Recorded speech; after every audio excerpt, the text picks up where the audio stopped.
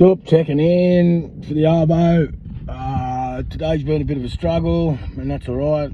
Was I supposed to expect no repercussions from 3 months out there? 3 months out there, you know. In 3 months, I reckon I slept 4 or 5 days in 3 months, and I'm just lucky that my body still held up the best it could, you know.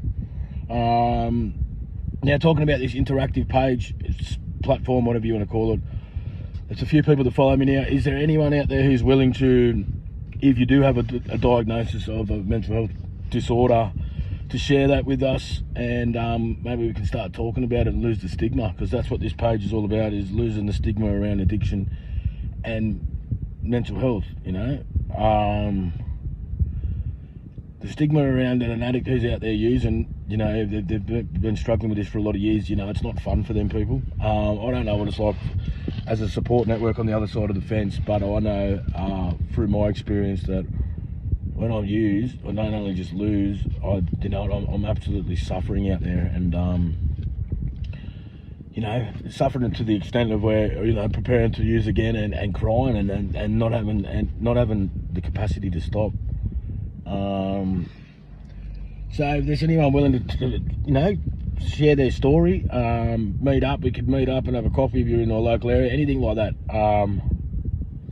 Let's lose the stigma together, because you know what, I can get on here and sugarcoat everything and say that everything's all right, but I tell you what, it's definitely not. I'm just sharing my truth with you guys. I could get on here and boast on how, you know, on stuff that I used to do and stuff like that, but it's not, like I said, it's not fun. It's not, it's a survival mechanism, you know. My prefrontal cortex goes offline.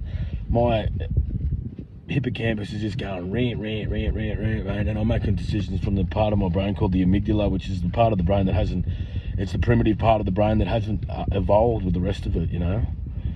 So my prefrontal cortex, which is the executive part of the brain, which is the one that makes all the right decisions, just goes offline, and I start making my decisions on an animalistic level, and that's not fun, you know. That's not fun at all.